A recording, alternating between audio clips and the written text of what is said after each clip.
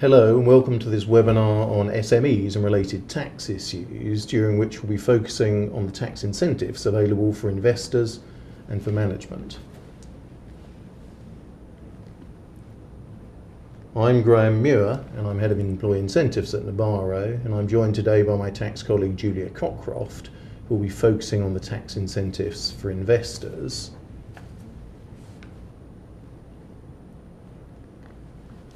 First, we'll be looking at what is an SME for tax purposes, and Julia will tell you about that and then go on to describe the Seed Enterprise Investment Scheme, so-called SEIS, and the Enterprise Investment Scheme, so-called EIS, and some recent developments in those areas.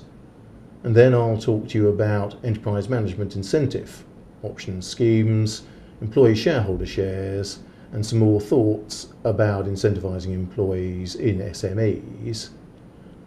But now I'll pass over to Julia to talk first about what is an SME. Thanks very much, Graham. Before launching straight into SEIS and EIS, I wanted to spend just a couple of minutes looking at what we mean when we talk about an SME, or a small and medium-sized enterprise. You'll see on the slide there's an EU definition which comes from the Commission recommendations shown, and that looks at enterprises with fewer than 250 employees and who have an annual turnover not exceeding 50 million euros and or an annual balance sheet total not exceeding 43 million euros. Whilst that's a nice, neat definition, unfortunately it doesn't apply in the UK across all taxes and concepts and reliefs. It really just applies in the UK when you're looking at things like whether or not the enhanced R&D tax credit regime applies, or whether a certain exemption applies from the transfer pricing regime. Specifically, it doesn't apply to the specific reliefs that Graham and I are going to be talking about today. EIS, SEIS and EMI all have their own targeted rules which address which types and size of companies can access the reliefs, although it is worth emphasising as we go through the detail that these regimes were specifically designed with small companies in mind, and they're aimed at addressing problems that those companies traditionally face around accessing finance and around retaining and incentivising good employees. I would say the most common criticism around SEIS and EIS is that the rules are particularly complex, particularly given that they are targeted at smaller companies which necessarily don't have a lot of spare cash to spend on advisors' fees to help them work through the rules. And that's one of the reasons why I think all general practitioners who deal with smaller companies should have a basic working knowledge of the rules, just to help identify which types of companies may qualify and help those companies work through the rules in a way that won't jeopardise their access to these reliefs. So just moving on to look at the Seed Enterprise Investment Scheme and the Enterprise Investment Scheme in more detail. Well, EIS has been around in broadly its current form for more than 20 years. Its aim was, when it was introduced and still is, to bridge the funding gap that exists for smaller companies who are trying to access finance. The Seed Enterprise Investment Scheme was introduced in 2012, and the aim of that regime was to address the even greater funding gap that had arisen for genuine seed stage companies post the financial crisis. The schemes offer very significant tax breaks for risky investments, and it's worth emphasising that that is the purpose of the regime, to actually encourage investment, and it's for that reason that the tax breaks are given to investors who are prepared to invest in those companies, rather than to the companies themselves who are seeking the investment. SEIS and EIS are designed to work alongside each other, with the aim being that a genuine seed stage company raises its first £150,000 under SEIS. Then as that company grows, it can raise further money under the EIS regime. The SEIS reliefs are more generous because it's recognised that investing in a genuine seed company with no established trading pattern is obviously inherently more risky than investing in a slightly larger company with a greater track record. Nevertheless, the reliefs under both regimes are very, very generous. And I think it's worth just taking a few moments to run through exactly what those reliefs are. Firstly, probably the most well-known of the reliefs is income tax relief. Under SEIS, an investor can get a deduction from their income tax bill equal to 50% of the amount they invest in qualifying SEIS shares, and that's up to the annual investment limit of £100,000. So that means there's a £50,000 income tax deduction available each year. Under EIS, there's a slightly less generous deduction of 30% of the amount invested, but given that the annual investment limit under EIS is £1 million a year, that's still £300,000 that can potentially be offset against the income tax liability of an investor. It's worth just noting the 2 points on the slides there.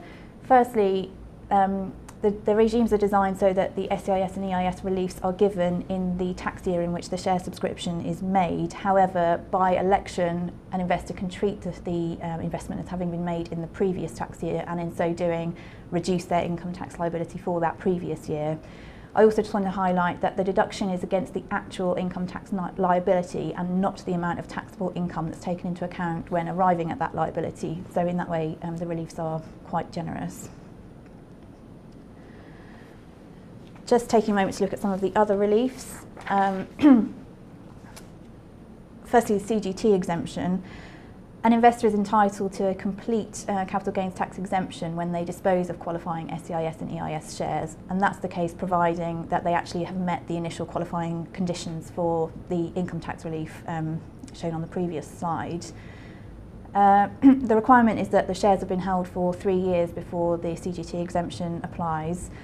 Worth just noting that this exemption has probably become proportionately less attractive since the budget announcement around the extension to entrepreneurs relief. It's probably the case that all investments in SEIS and EIS qualifying companies will now qualify for entrepreneurs relief now that the requirement for 5% of the company being held, now that the requirement that 5% of a company is held and the requirement that an individual is an employee of a company in order to get entrepreneurs relief has been abolished. So broadly that means that whereas prior to the budget this CGT exemption was probably worth 28%, it's now probably just a 10% saving, but that's still nevertheless 10% worth having. So that relief applies assuming that the investor's investment is a success and the shares increase in value. On the other hand, if the investor's investment isn't successful and in fact they lose money on their SEIS or EIS shares, there's a useful relief around offsetting losses called share loss relief. Broadly, under normal rules, if you make a loss on the disposal of shares, that loss can only be used against other capital gains in the same or future tax years. But under the share loss relief rules, an investor is entitled to use that loss and set it against income in the year of the disposal of the SEIS or EIS shares. There are conditions around that relief applying, and it's also worth just emphasising that you don't get sort of double income tax relief. So it's only the balance of the subscription which didn't qualify for income tax relief on subscription for the shares, which is then able to be used in the year of disposal if there is a loss. Just moving on to look at some of the other reliefs. So this time capital gains reliefs that relate to an investor's other assets rather than the SEIS and EIS shares themselves. An investor under EIS is entitled to a CGT deferral relief on the disposal of any other asset, provided they reinvest the proceeds into qualifying EIS shares. That CGT deferral relief is unlimited, so unlike under income tax relief, there is no 1 million annual limit. It's also worth noting that the qualifying criteria for CGT deferral relief is not as stringent as the criteria that applies to income tax relief. Broadly, the investor simply has to have made their disposal on the other asset in the period 1 year prior to 3 years after the EIS share subscription in order for the relief to be available. The corresponding relief under SEIS is even more generous, so rather than it being a deferral, where the tax charge comes back into charge when the EIS shares are disposed of, under SEIS it's actually an entire exemption from capital gains arising on other assets. When the regime was first introduced in 2012, that operated as a complete exemption up to the maximum £100,000 investment limit. Now 50% of the qualifying SEIS investment can be used to offset against capital gains arising on other assets, and therefore that can lead to a potential tax saving of, under the new CGT rate, of 20% up to £10,000, assuming an investor makes the £100,000 qualifying annual investment. I think it's worth taking a minute just to look at all of those reliefs in the round and just to demonstrate exactly how valuable they are to the angel network community. These examples on the side assume that an investor can take full advantage of the reliefs and that they hold the shares for the minimum 3-year holding period. So that means the investor is a higher rate taxpayer and they have capital gains that they need to offset. I'll leave you to work through the actual figures on the slide, but broadly it shows that under SEIS, the actual cost of the investment to an investor of a £100,000 investment is only £17,500, so that's 17.5 pence in every pound invested is only actually at risk. Under EIS, that increases slightly to 38.5 pence in every pound that's invested, so assuming a £100,000 EIS investment, that's £38,500 that's actually genuinely at risk. So I think it's easy to see why, if an individual has sufficient spare cash and tax to save, why taking a punt on a smaller company is actually not a bad gamble to take. I've included this slide on where to find the SEIS and EIS legislation, just in case you should need to look at the detail of the rules.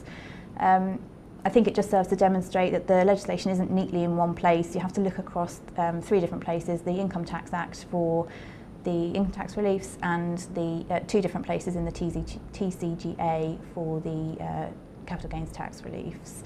I think the detail of the rules really is in the Income Tax Act, and that's where you find the provisions around what types of company qualify and that kind of thing. I want to look now at the more of the details around the qualifying conditions, but before doing that I just wanted to show you this table that demonstrates the broad differences between the SEIS and the EIS regime. We've already looked at the investor limits when we've worked through the tax relief calculations, but under SEIS an investor can invest up to a maximum of £100,000 per year, and under EIS an investor can invest up to a maximum of £1 million per year. Interestingly, there's no lifetime limit for investors that relate in respect of these regimes, and perhaps that's why we can expect to see a perpetual series year on year of Dragon's Den. Moving on to the company investment limits, an SEIS, so a smaller company, can raise up to a total of £150,000, and that's in its lifetime. That's usually done, or it has to be done, in one single fundraising round. Under EIS, a company can raise up to £5 million per year and up to a lifetime total of £12 million.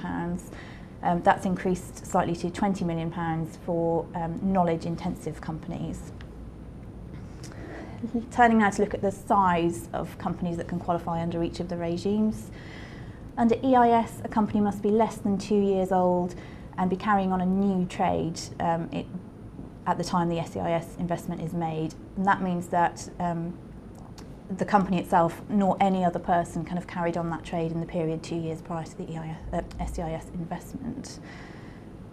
Also under SEIS, a company must have gross assets of less than £200,000 at the time of the SEIS subscription, and it also must have raised no previous risk finance, which basically means it must have not undertaken in its history any other EIS, VCT or SEIS fundraising rounds.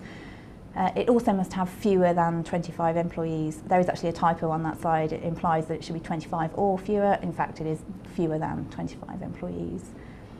And looking at the position in respect of EIS companies, an EIS company must have less than 7 years between its first commercial trade and the EIS investment.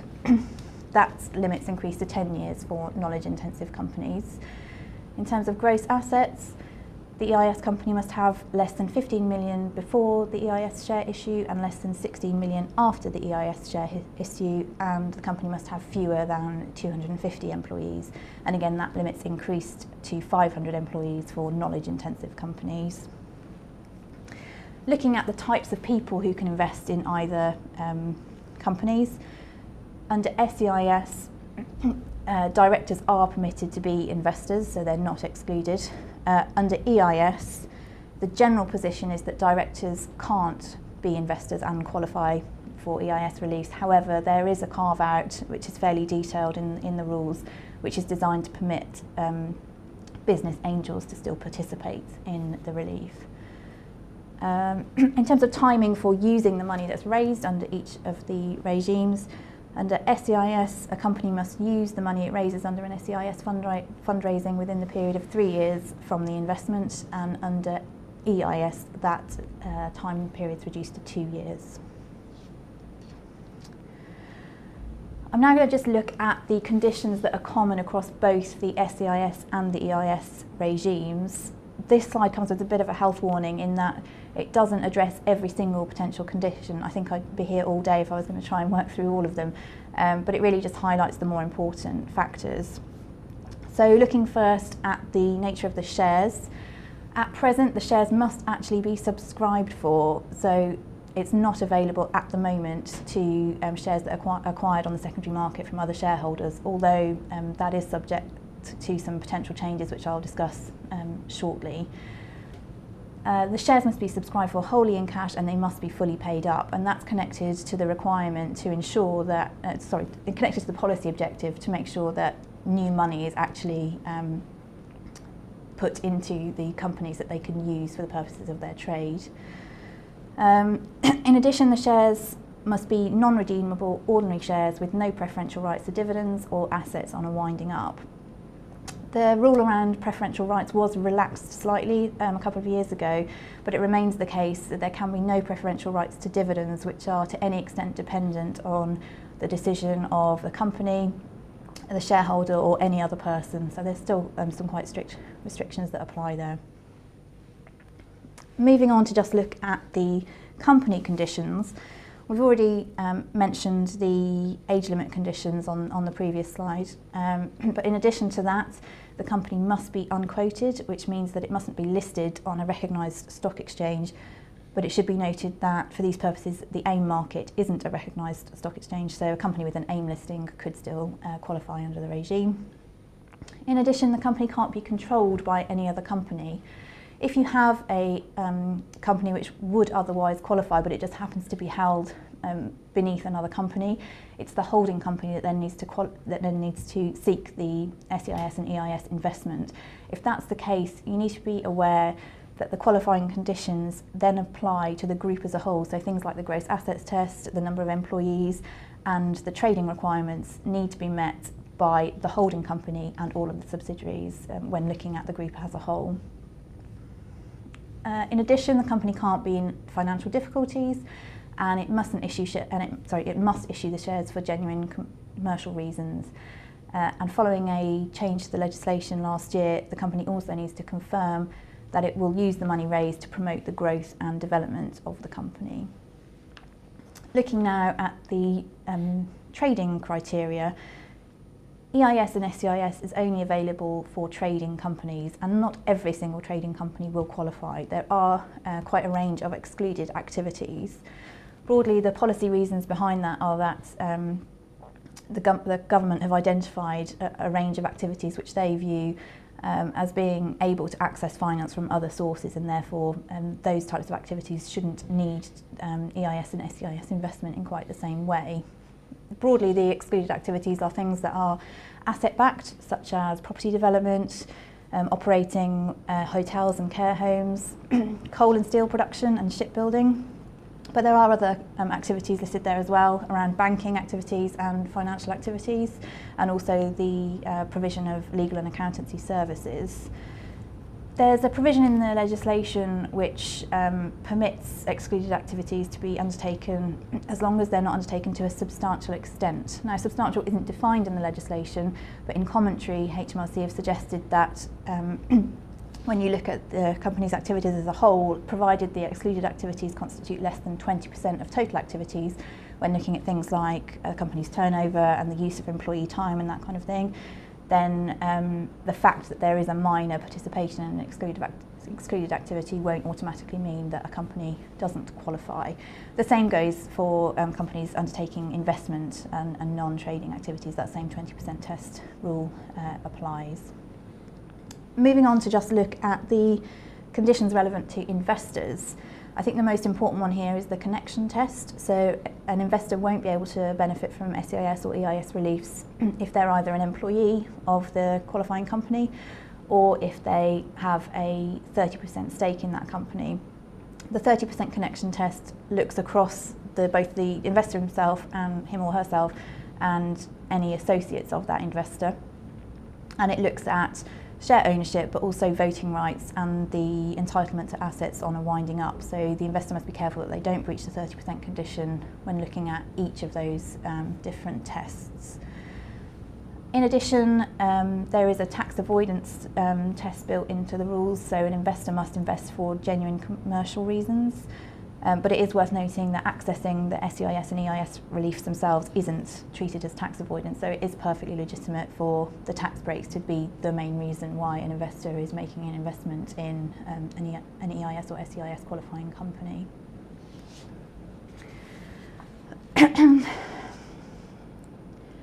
I wanted to spend just a couple of minutes now just going through some of the more common problem areas that I've come across in practice.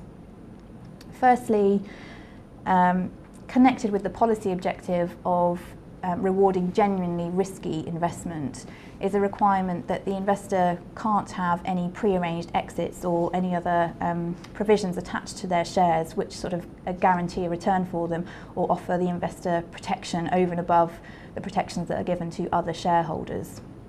Now, it's not uncommon for seed and smaller stage companies to receive their kind of angel investment from a group of savvy, experienced investors, and alongside that group of investors you often see changes being made to the company's articles or a subscription agreement being entered into which attaches particular rights to that investor's or that group of investors' shares over and above other shareholders' shares.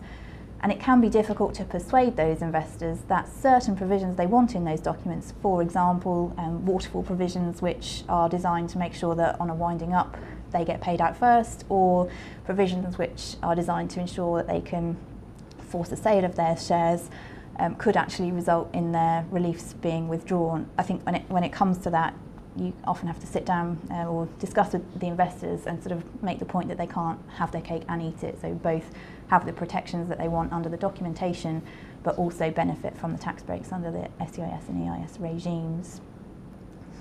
Moving on, I also wanted to talk about share-for-share exchanges.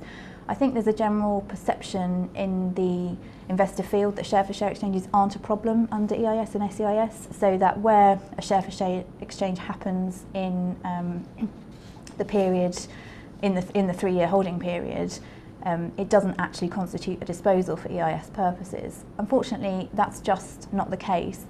Whilst there is a relief written into the legislation which deals with share-for-share exchanges, it's very narrowly drawn and it only applies where a clean new holding company is inserted above the EIS company or SEIS company.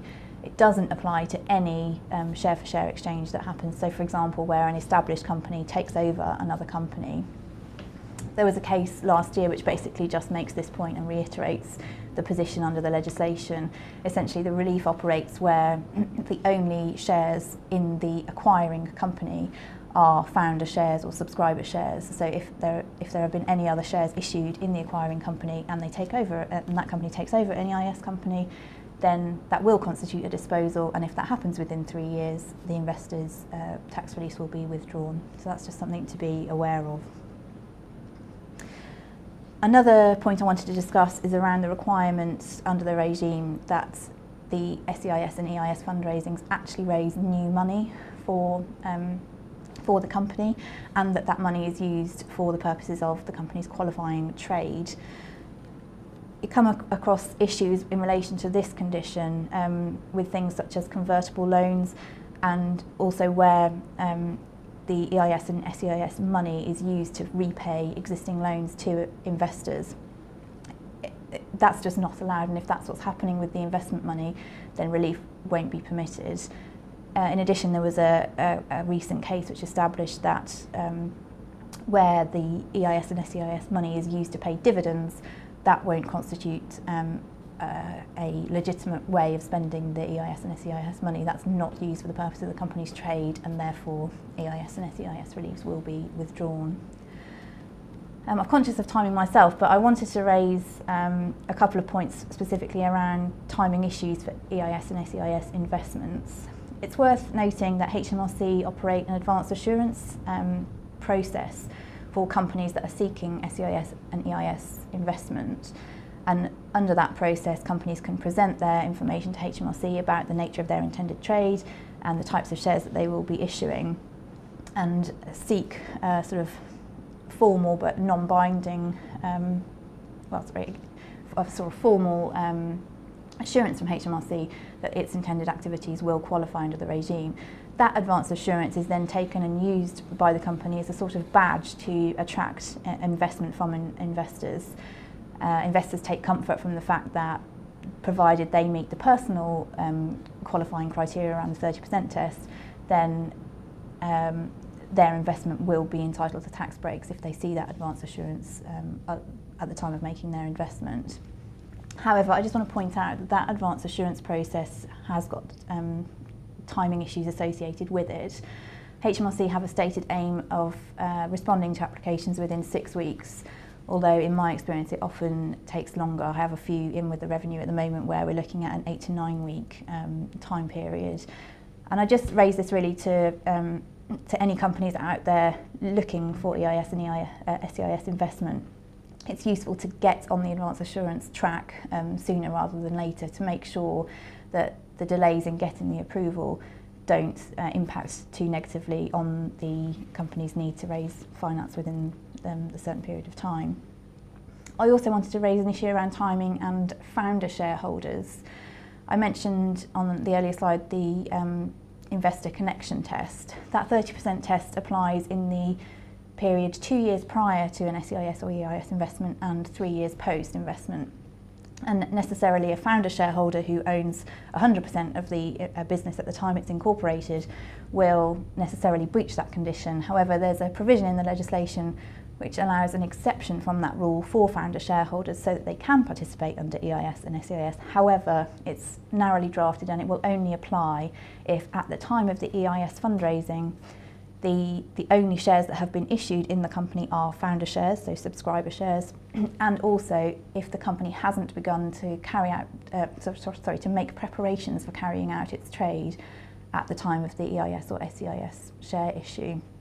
That's really quite a difficult test to satisfy. So if you're advising a small company and a founder on the availability of reliefs, you really need to get on with the EIS fundraising promptly after incorporation to make sure that you don't breach that rule. Finally, I just wanted to mention some of the more interesting recent developments in the SEIS and EIS field over the past 12 months. Prior to April last year, there was a requirement to spend 70% of money raised under SEIS before embarking on an EIS fundraising round. That requirement led to some quite artificial arrangements where money was sort of spent quickly in the space of a day in order to then progress with the EIS, sort of the natural flow of an EIS fundraising round. There was no real policy objective behind that requirement, so it has been repealed. It's still worth noting that it is a fact that SEIS and EIS fundraisings don't take place on the same day. There is still normally a day's gap between the two fundraisings, and that's to just demonstrate exactly which investors are entitled to the better SEIS reliefs and which investors get the EIS reliefs.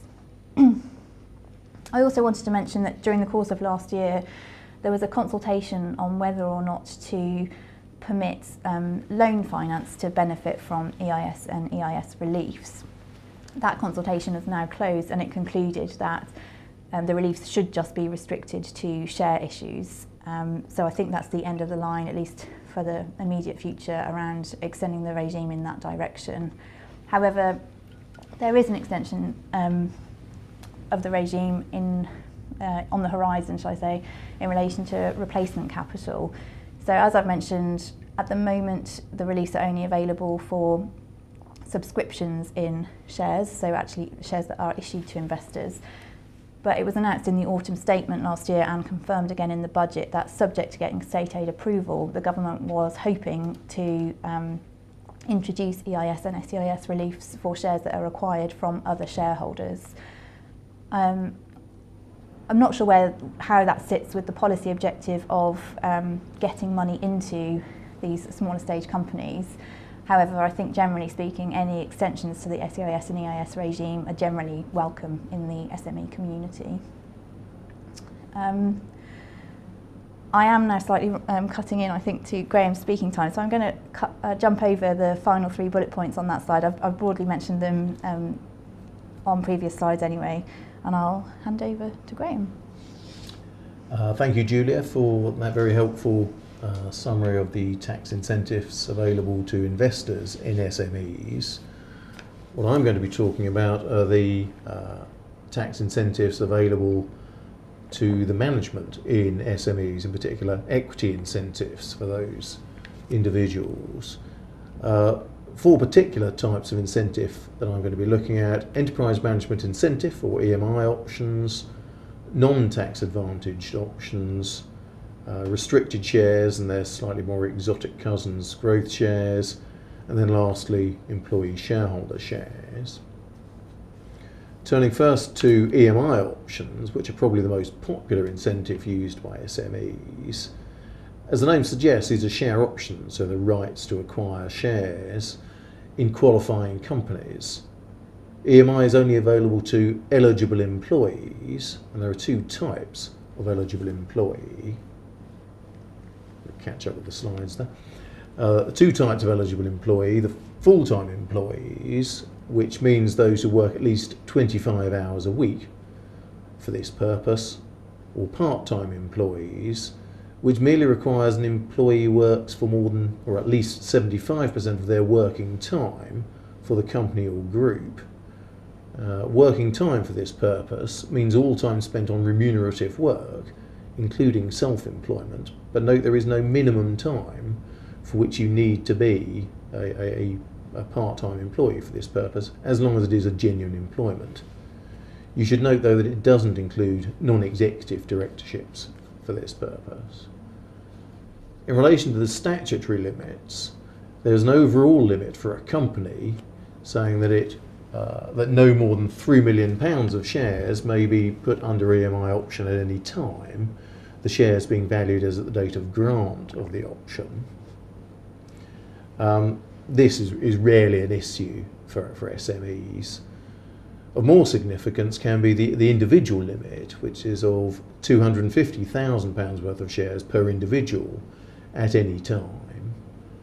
There's a further limit that applies to individuals, in fact, where EMI options have been granted of £250,000 worth to an individual. And in those circumstances, even if the options have been exercised or lapsed, so it's no longer outstanding, the £250,000 limit that I referred to before doesn't apply. Any time after that time, the individual can only be granted further EMI options at intervals of 3 years, so 3 years after the last qualifying option was granted. Okay, so what companies qualify to grant EMI options? You'll note that quite a number of these conditions are very similar to those that Julie has mentioned in relation to EIS. The company must be independent, which broadly means it's not controlled by any other company, but for that purpose you include the connected persons of that other company, and this can cause some real problems in a private equity situation where a company is controlled by a fund which has a corporate general partner. In those circumstances you may find that you're treated as not independent for EMI purposes and therefore not eligible to grant EMI options. For EMI purposes, the gross assets of the group must be no more than 30 million, so similar to EIS but a different number instead of the 15 or 16 million that Julia referred to. And in determining the gross assets, you look at all the assets on the balance sheet of the company or the group, if a group is involved, but take no deduction for any liabilities. Again, there's a limit on the number of employees, and it's less than 250 employees on a full-time equivalence basis. As Julia highlighted earlier, it must be less than 250, not no more than. So if you're right on that limit, you can. There is a trap for the unwary there.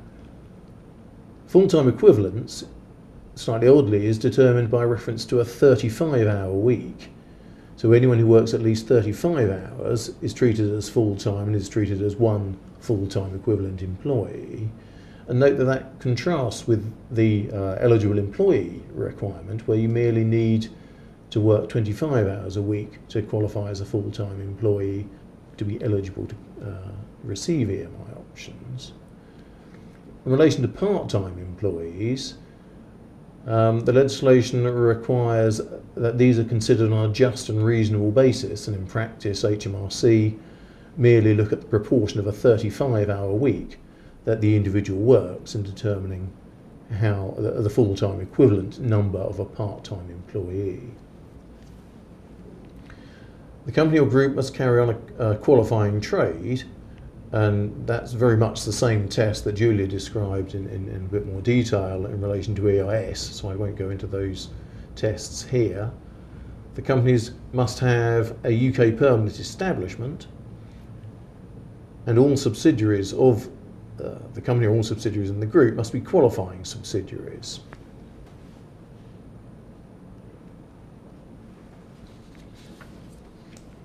There are certain conditions which need to be satisfied by the EMI agreement itself, and there's a process that needs to be undertaken. The EMI agreement must be a written option agreement stating that it's intended to be EMI qualifying and setting out the number of shares, the exercise price and certain other terms relating to the option.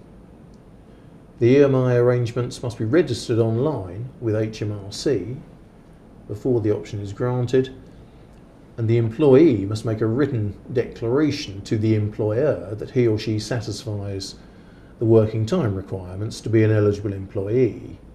That declaration is allowed to be contained in the option agreement itself, and in practice that is most commonly where you see it. Last but certainly not least, because it's the requirement that is most frequently ignored, a notification of the option grant must be made by the employer online to HMRC within 92 days of grant, and that 92 days is pretty strictly enforced. You have to have a very good excuse for not complying with that time limit for the revenue to accept that you have a reasonable excuse and to allow notification to take place outside the 92 days. If the notification doesn't take place, then you haven't got an EMI option. The notification itself requires you to insert a valuation of the shares, but that valuation does not need to be agreed in advance with HMRC. In practice, though, it is wise to do so for the sake of certainty, and because it is that valuation that determines how the individual limits and the overall limits work, as I mentioned before. Then lastly, having granted an EMI option, within 92 days of the end of each tax year during which EMI option arrangements are operated, the company must submit an online annual return to HMRC. So that's an obligation that's got to be satisfied before the 7th of July in each year, following a year in which you operate EMI. And there is a penalty regime which is quite rigorously enforced by HMRC in that regard. So why is EMI so popular? Well, it's largely because of its very generous tax regime. So let's have a look at that regime. There's no income tax or NIC on the grant of an EMI option, and that's so even if subsequently the option does not benefit from EMI treatment, perhaps because you failed to notify it within the 92-day period. Also, there's no income tax or national insurance on the exercise of an EMI option if it's granted with an exercise price at least equal to the market value of the relevant shares at the date of grant. So no income tax on grant, no income tax charge on exercise in those circumstances. There is, however, an income tax and potentially NIC charge on the exercise of an EMI option which is granted at a discount, i.e. where the exercise price is less than the market value of the shares at the date of grant. But that income tax charge is limited to the amount of the discount. Any growth in value of the shares between the grant and the exercise of the option is still liable only to capital gains tax, not to income tax. There are various circumstances where a disqualifying event occurs, notably, if the employee leaves the employment of the group or the company is taken over and therefore ceases to be independent. The tax benefits of EMI in those circumstances are limited if the option is not exercised within 90 days of the disqualifying event. In many cases, the options are not, on their terms, are not exercisable within that 90-day period. In those circumstances, you need to carry out a valuation at the date of the disqualifying event. All of the gain in the value of the shares up to the date of the disqualifying event is protected from income tax and is liable therefore only to capital gains tax. But any gain after the disqualifying event is liable to income tax. So between the disqualifying event and exercise of the option, will be liable to income tax and potentially national insurance.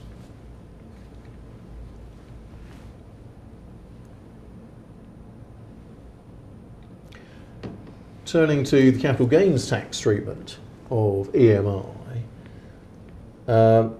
there is capital gains tax on the gain accruing on the disposal of shares, as you'd expect.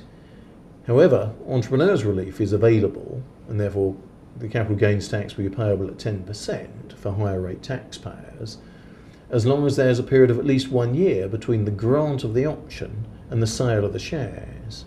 So notice it's the grant of the option, not the exercise of the option, that starts that 1 year period running. And the other condition you need to satisfy is that the individual is still employed by the company on the sale of the shares. In those circumstances, there's no minimum shareholding requirement, which contrasts with the normal position for employees, where a 5% shareholding is required. The effect of a disqualifying event on the capital gains tax treatment is that this extension of entrepreneurs' relief does not apply. So, assuming that the changes made in the finance finance bill go through, the rate payable of capital gains tax will be 20% for higher rate and additional rate taxpayers, unless, of course, the normal entrepreneurs' relief conditions are met. Compare this tax treatment with that available for non-EMI options or non-tax advantaged options generally. Again, there's no income tax or national insurance on the grant of the option, so that's in the same way as EMI. That's not an EMI specific exemption.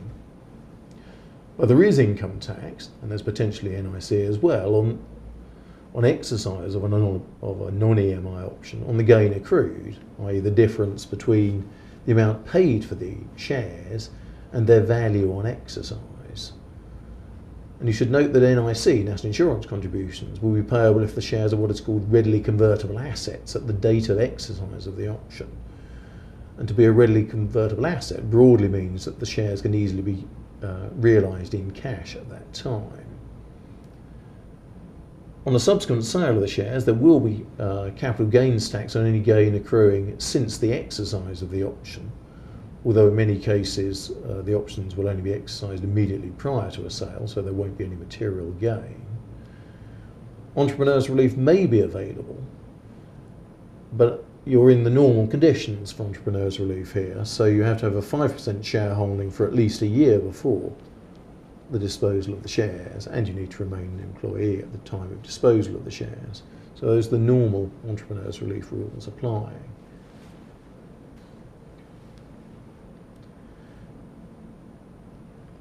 Non-tax advantaged options and EMI options are broadly the two ways in which options are likely to be granted to management in SME companies. But of course, in some ways, a simpler method of incentivising management is merely to give them shares from the outset. Generally, you would have some restrictions on the shares. If nothing else, there'll be leaver provisions catering for the employee leaving the company or group. And in those circumstances, the shares are generally what are generally called restricted shares. The problem with giving shares and giving restricted shares from a tax perspective is that there will generally be an upfront income tax charge on the acquisition of the shares on the value of the shares received less any amount paid for them. So if they're just given to the individuals, that will be the whole value of the shares. And that's what's called a dry tax charge, in that the tax must be funded out of the individual's own resources unless they can sell the shares in some way. There may also be a national insurance charge if the shares are readily convertible assets, as we said before. I've referred on the slide there to section 431 elections, and it's almost universal practice for the company and the employee jointly to enter into such an election.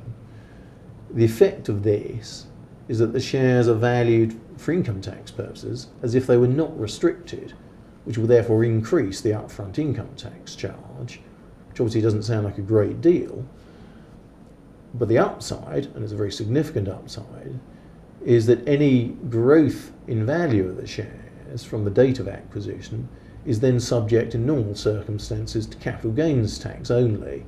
So there'll be a maximum rate of 20% of tax payable on such growth. In the absence of a section 431 election, a proportion of that growth will be liable to income tax and therefore at the much higher rates applying. Entrepreneurs' relief may be available to reduce the capital gains tax rate further to 10% in the normal circumstances where entrepreneurs' relief is available. Valuation is clearly an issue to determine the amount of the upfront tax charge. And since 31st March of this year, there's no longer any procedure under which that value can be agreed with HMRC before the individual submits his tax return. In my view, this gives rise to a fairly unsatisfactory degree of uncertainty for the taxpayer when they submit their tax return as to the amount of tax they're going to be required to pay.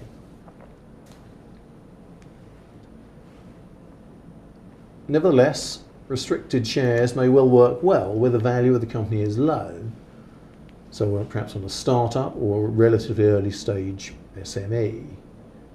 But where there is material value in a company, the upfront tax charge may be too much to pay, it may be prohibitive, and the existing shareholders may not wish to give away a significant proportion of the value that they have created to their management team. The solution to these problems is growth shares. Growth shares participate only in the growth in capital value of the company after the acquisition of the shares. They do not participate in the day one value. This is clearly better for the existing shareholders, but has the added benefit that the value of the growth shares on acquisition is low, and therefore so is any upfront tax charge.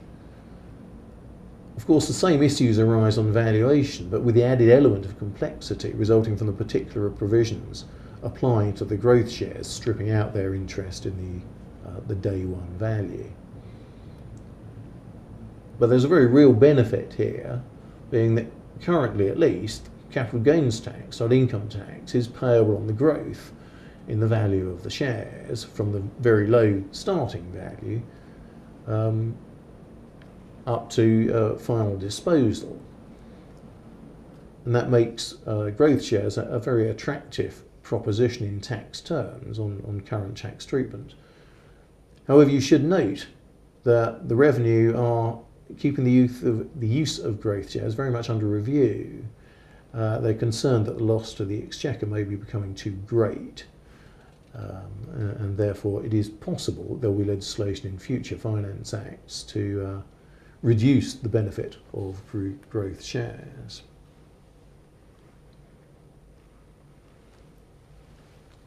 The last main topic I'm going to cover is employee shareholder status, or ESS. The ESS regime was introduced in September 2013 with a view apparently to marrying together two government policies, that of deregulating the employment market and that of encouraging employee ownership of shares. Under an ESS arrangement, an employee forgoes certain statutory employment rights in return for shares in his employer.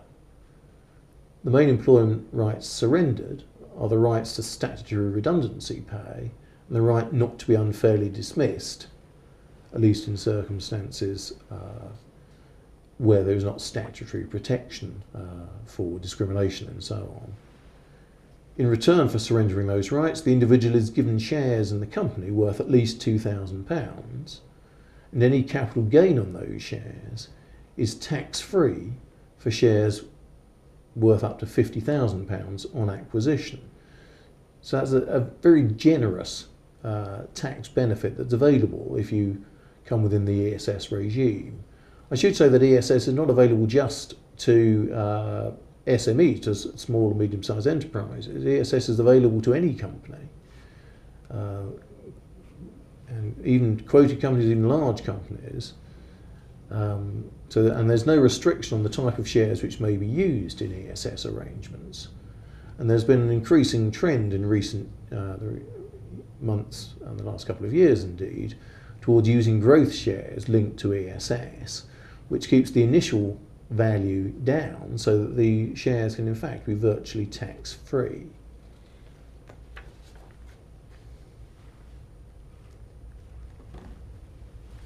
In terms of the income tax treatment, there will be an income tax charge on the excess over £2,000 of the value of the ESS shares received.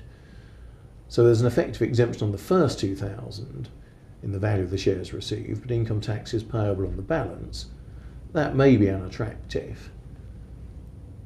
If the shares received are worth more than £50,000 at the time of acquisition, then capital gains tax is payable in the normal way on the growth of any shares received in excess of the £50,000.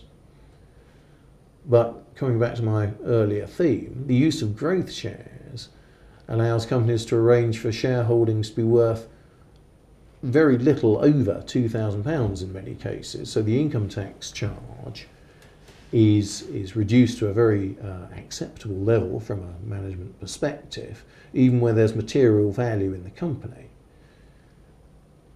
And in any event, for startups and early stage companies, the market value of ordinary shares will often be very low on those early stages, and therefore a significant number of shares can be acquired for £2,000 or not much more than £2,000, making ESS very attractive from a tax perspective. So everything in the ESS garden was rosy, and there had been an explosion in the use of ESS in the last couple of years. Largely, it must be said, that's in the context of providing sweet equity for management teams in private equity transactions, but also by SMEs in the circumstances that I described. I think it was becoming apparent to the government that this rather, or indeed very generous tax regime was perhaps going to cause a very significant loss to the exchequer. And on budget day, rather to everyone's surprise, I think, there was a lifetime limit imposed on the capital gains tax-free gain which can be received under ESS shares of £100,000 for each individual. And that's a very draconian reduction. Previously there was no limit at all, and this compares with a lifetime limit of £10 million for entrepreneurs' relief. And I think it's certain to reduce massively the attractiveness of ESS arrangements. The lifetime limit applies to ESS shares, or all ESS shares acquired under employee shareholder agreements entered on or after the 17th of March 2016, the day after budget day. It doesn't apply if you're in the fortunate position of having an employee share agreement which allows further shares to be acquired under ESS, if that agreement was entered into before budget day. But I think you'd have to be pretty prescient in the normal circumstances to have put such an arrangement into your ESS agreement. The problem with ESS is its complexity, and there are of course some downsides. For people other than the highest paid individuals, the loss of their statutory employment rights is likely to be very significant, and that will impact on the uptake of such arrangements for smaller companies or for less well-paid individuals. In addition, it has to be said that the statutory process for ESS is really rather convoluted and rather expensive. So with the tax benefits that are now limited in the way that they are, I suspect that we'll see significantly fewer ESS arrangements established in future.